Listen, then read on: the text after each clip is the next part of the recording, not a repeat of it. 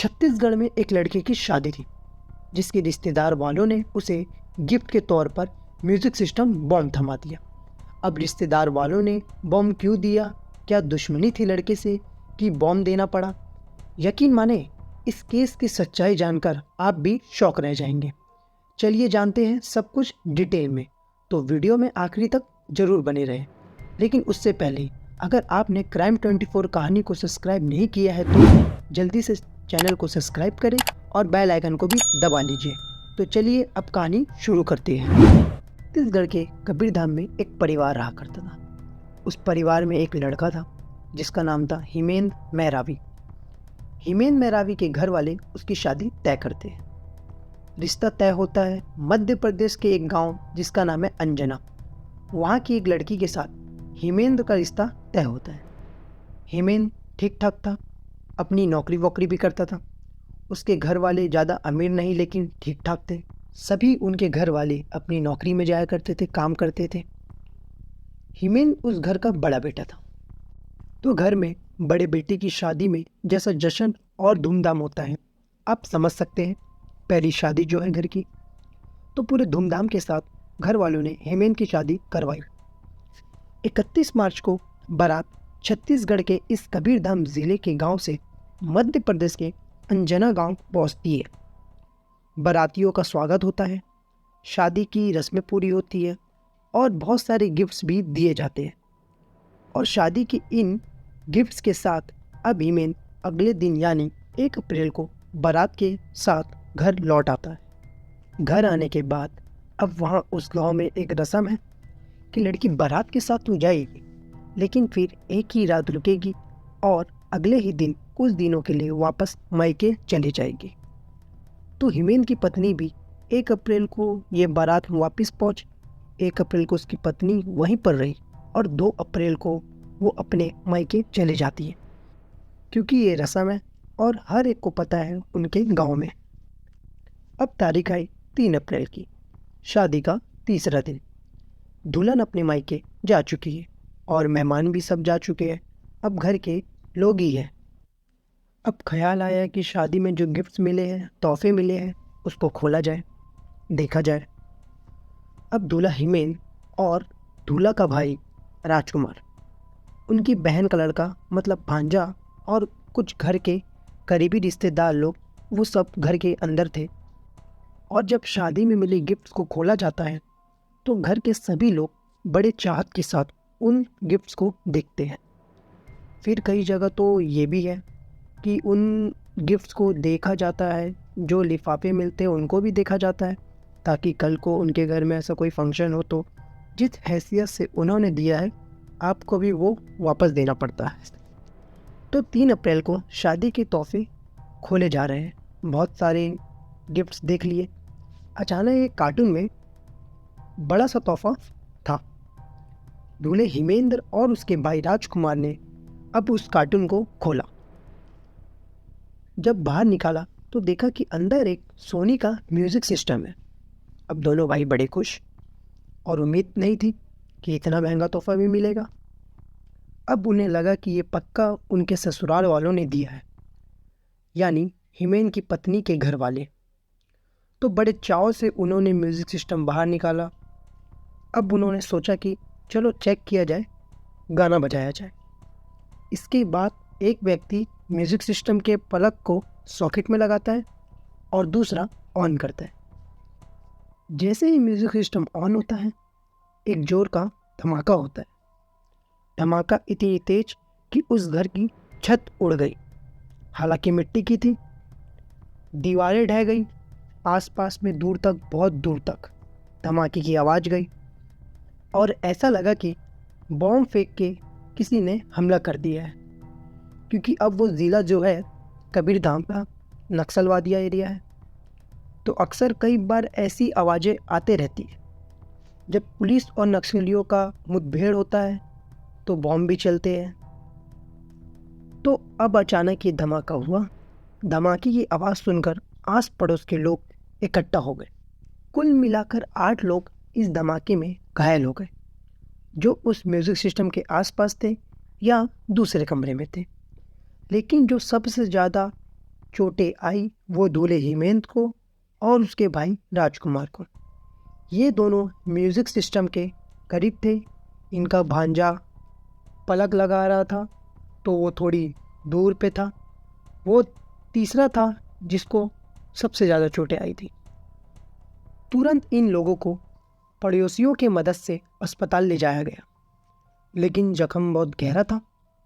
हेमेंद्र और उसके भाई राजकुमार यानी दूल्हा और उसके भाई का अस्पताल जाने के थोड़ी देर बाद दूल्हे और उसके भाई की मौत हो जाती है। भांजा क्रिटिकल था। 5 और लोगों को भी गंभीर चोटें आती है। 6 लोग अभी भी अस्पताल में दाखिल हैं। अब उन्हें निकालकर बड़े अस्पताल में ले जाया गया। अब इस धमाके की खबर के बाद पुलिस मौके पर पहुंचती है।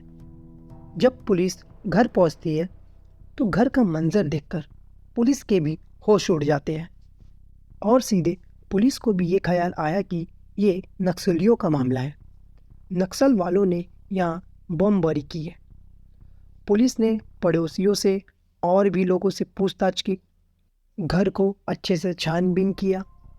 अब ये पता करना शुरू किया कि हेमेंद्र के घर वालों का नक्सलियों के साथ क्या दुश्मनी है। इसी लाइन में पुलिस ने इन्वेस्टिगेशन शुरू कर दी।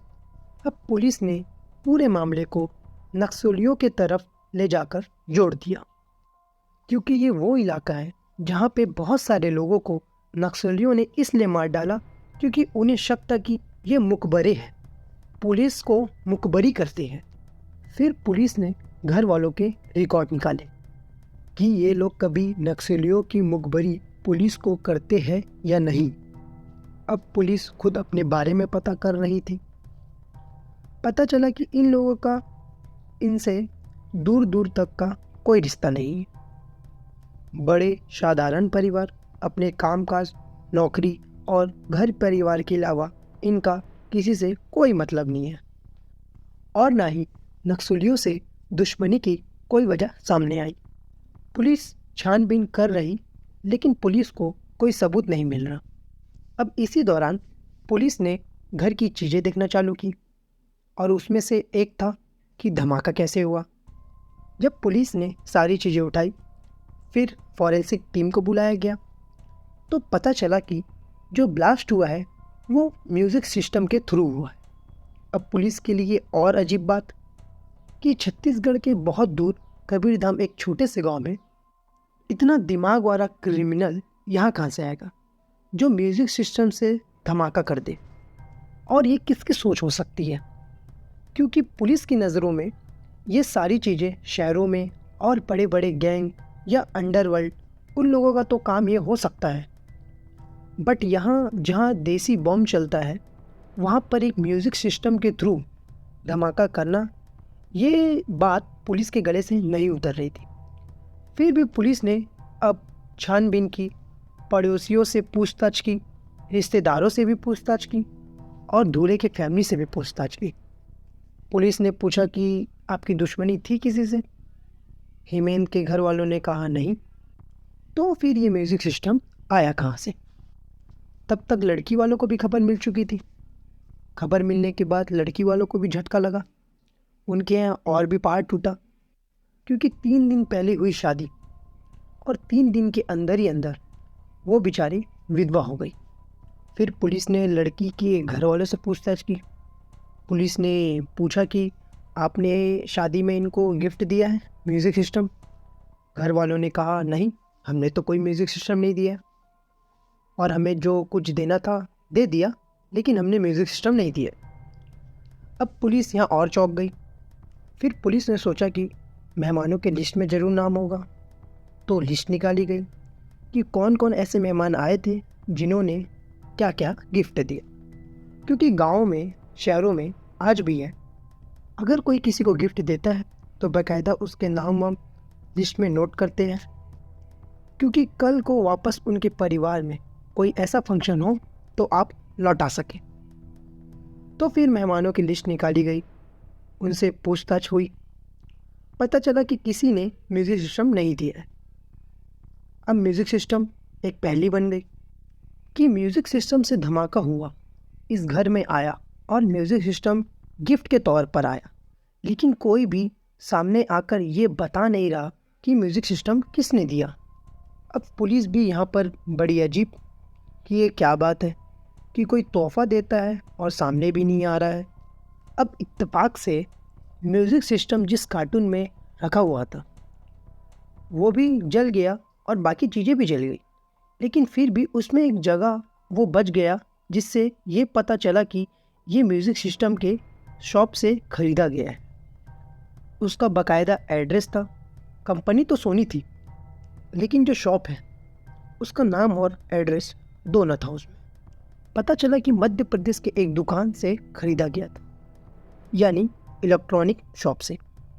अब पुलिस उस एड्रेस पर जाकर दुकान वाले से पूछती है, ये आपका एक म्यूज़िक सिस्टम है और आपने इसे बेचा है, किसको बेचा है कुछ पता है? दुकानदार सारी चीज़ें निकालता है, डिटेल निकालता है, जो कि उसकी वारंटी गारंटी सब होती है। दुकानदार चेक करके बताता है कि ये म्यूज़िक सिस्टम 30 मार्च को हमारे यहाँ से ही ख़रीदा गया था और इस म्यूज़िक सिस्टम को जिसने ख़रीदा था उस व्यक्ति का नाम सरजू मरकाम है, 29 साल का एक नौजवान। पुलिस ने कहा, ये सरजू मरकाम कौन है? गेस्ट की लिस्ट में देखा, सरजू नाम करके कोई नाम ही नहीं। फिर पुलिस वापस जाती है, परिवार से बात करती है, रिश्तेदारों से भी बात करती है। लड़के वाले भी कोई नहीं जानते हैं, जो हिमेन या उसके परिवार वाले उनमें से भी कोई नहीं जानते हैं। अब कोई म्यूज़िक सिस्टम दे रहा है, अनजान तो होगा नहीं, बेहद करीबी होगा या दोस्त होगा या करीबी रिश्तेदार होगा। तो यहाँ पुलिस फिर चौंक गई, क्योंकि जिस सरजू मरकाम ने ये गिफ्ट ख़रीदा है उसका नाम कहीं गेस्ट लिस्ट में भी नहीं है, ना ही गिफ्ट वाले लिस्ट में भी नहीं है। पुलिस को लगा कि यहाँ कोई गड़बड़ है। अब पुलिस ने कहा कि चलो लड़की वाले से पूछताछ करें, क्योंकि सारे गिफ्ट्स लड़की के घर की तरफ से ही आए थे।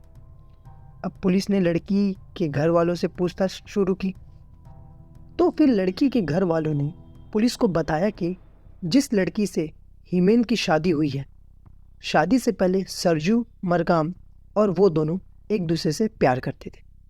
हालांकि सरजू खुद शादीशुदा है और उसके 2 बच्चे भी हैं, लेकिन फिर भी उन दोनों का रिश्ता था। सरजू मरकाम उस लड़की से शादी करना चाहता था। सरजू मरकाम के घर वाले को भी इस रिश्ते से कोई आपत्ति नहीं थी कि दूसरी शादी कर रहा है, लेकिन लड़की जो है वो सरजू से शादी नहीं करना चाहती थी। किसी बात पे इनका झगड़ा हुआ था। अब शादी नहीं करना चाहती थी, इसी दौरान में लड़की के घर वालों ने हिमेन मेहरावी के साथ उसका रिश्ता तय कर दिया और वो खुशी खुशी शादी के लिए राज़ी भी हो गई। ये बात सरजू मरकाम को पता चली। उसने फिर लड़की को समझाया, डराया, धमकाया कि तुम मुझसे शादी करो। लड़की ने साफ मना कर दिया और उनका झगड़ा भी हो गया। अब इसके बाद शादी की तारीख 31 मार्च फिक्स हो गई। अब सरजू मरकाम ने कहा कि वो अब क्या करे। तो ये जब रिश्ते की बात सामने आई कि पुराना रिश्ता था, दोनों एक दूसरे से प्यार करते थे, तो फिर पुलिस को भी थोड़ी थोड़ी कहानी समझ में आ गई। अब घर वालों के बयान के बाद सरजू मरकाम की तलाश शुरू हो गई। सरजू मरकाम उसी गांव का था, लेकिन उस वक्त उस गांव में नहीं था। तो पता चला कि वो कहीं बाहर नौकरी करता है, वहाँ से करीब 90 किलोमीटर दूर। फिर पुलिस की टीम उस जगह पर जाती है, तलाश करती है। आखिरकार सरजू पुलिस के हाथ लग जाता है। पुलिस उसे गिरफ्तार कर वापस लेकर छत्तीसगढ़ आती है, इसी कबीरधाम के गांव में। वहाँ लाने के बाद अब सरजू से पूछताछ होती है। तब सरजू कहानी सुनाता है। आधी कहानी वही थी जो लड़की के घर वालों ने बताई थी कि मैं उससे प्यार करता था, मैं उससे शादी करना चाहता था। मेरी पहली पत्नी और परिवार वालों को भी कोई आपत्ति नहीं थी, वो भी मान गए थे, तो अब कोई अड़चन भी नहीं थी। लेकिन लड़की ने मुझसे शादी करने से मना कर दिया और ये बात मुझे अच्छी नहीं लगी। मैंने उसे काफ़ी समझाया, लेकिन वो नहीं मानी और इसके बाद उसकी शादी तय हो गई। जब मुझे लगा कि उसकी शादी तय हो गई है, तो मैंने सोचा कि मैं उसके दूल्हे को मार दूं ताकि वो विधवा हो जाए, फिर मुझसे शादी कर ले। गुस्सा ये भी था कि मैं कुछ ऐसा करूं जिसमें दोनों मर जाए। लेकिन पुलिस ने पूछा कि तुम मारना किसे चाहते थे। तब उसने बताया कि पहले ये था कि दूल्हा और दुल्हन जब तोहफा या गिफ्ट्स खोलते हैं आमतौर पर साथ होते हैं। उसने कहा कि नहीं, मैं सिर्फ दूल्हा को मारना चाहता था, दुल्हन को नहीं। फिर पुलिस ने कहा कि तुम्हें कैसे मालूम, अगर तुम बॉम्ब भी भेज रहे हो उसमें दूल्हा ही मरेगा, दुल्हन नहीं मरेगी, और ये बॉम्ब का आइडिया तुम्हारे पास आया कहाँ से। फिर सरजू ने बताया कि वो करीब 8-9 साल पहले मध्य प्रदेश के एक खदान में काम किया करता था, यानी कि माइनिंग। और माइनिंग में अक्सर पहाड़ या बाकी चीज़ें बारूद से उड़ाया जाता है। तो वहाँ से उसे ये तरीका मालूम था कि बारूद का इस्तेमाल कैसे होता है। तो जिस माइनिंग या खदान में वो काम किया करता था वहाँ पहाड़ियों को उड़ाने के लिए बारूद मौजूद थे। अमोनियम नाइट्रेट, पेट्रोल, सुतली, इन सारी चीज़ों का इस्तेमाल हुआ करता था। तो यही कुछ सरजू की जानकारी थी। सरजू ने कहा कि क्योंकि मैं वहाँ काम कर चुका हूँ, मुझे सारी जानकारी थी। इधर लड़की की शादी भी तय हो गई थी। तो इसने कहा कि अब दूल्हे को रास्ते से हटाना है ताकि वो लड़की वापस मेरी ज़िंदगी में आ जाए। ये वापस उसी माइनिंग में जाता है और वहाँ से ये अमोनियम नाइट्रेट चुराता है। 1/2 kg यानी आधा किलो अमोनियम नाइट्रेट वहाँ से ये चोरी करता है। फिर उसके बाद बाकी बारूद मिलाता है और उसे मालूम था कि ये सारी चीज़ें कैसी बनती है, और कुल मिलाकर 2 किलो का ये बॉम्ब बनाता है। बॉम्ब बना लिया। अब इस बॉम्ब को वहाँ तक पहुँचाना है, ये काम कैसे होगा।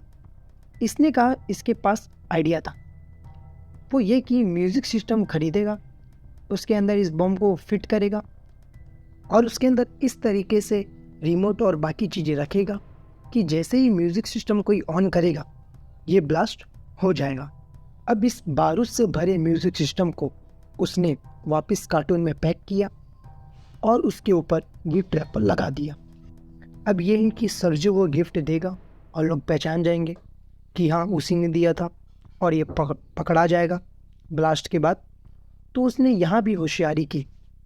31 मार्च को दोपहर की शादी थी। फिर उसके बाद वो शादी में गया। वहाँ जाने के बाद वहाँ शादी में बहुत सारे भीड़ भाड़, बच्चे, सब कुछ थे। उसने देखा कि गिफ्ट जो है एक तरफ मंडप के साइड में रखे जा रहे थे। फिर ये देख के उसने एक बच्चे को कहा कि ये गिफ्ट है, ये तुम मंडप के पास साइड में रख दो। फिर बच्चे ने भी सारे गिफ्ट्स के साथ उसका गिफ्ट रख दिया। फिर जब उसने देखा कि मंडप के सारे गिफ्ट्स के साथ उसका तोहफा भी रख दिया गया, तब वो वहाँ से निकल गया। इसके बाद बारात जब वहाँ से लौटी तो दूल्हा अपने साथ ये सारे तोहफे लेकर आया। अब यहाँ सवाल ये था कि अगर ये स्विच ऑन होगा तो दुल्हन ही बचेगी, ऐसा कैसे। तब उसने कहा कि मुझे ये मालूम था कि दुल्हन भी मर सकती है, पर मुझे अफसोस नहीं होता क्योंकि उसने मुझे धोखा दिया। लेकिन मुझे ज़्यादा उम्मीद ये थी कि वो नहीं मरेगी, दूल्हा ही मरेगा। फिर पुलिस ने पूछा वो कैसे। तो फिर सरजू ने उसी रस्म की बात बताई। उसने कहा कि आमतौर पर जब बारात लौटती है तो सब थके हुए होते हैं, और ऐसे ही कई बारात मैंने देखे हैं। तो कुछ दिन कोई कुछ करता नहीं है कि आप गिफ्ट खोल रहे हैं और मेहमान भी घर पर होते हैं, और अगले दिन दुल्हन को वापस लौटना था रस्म के हिसाब से।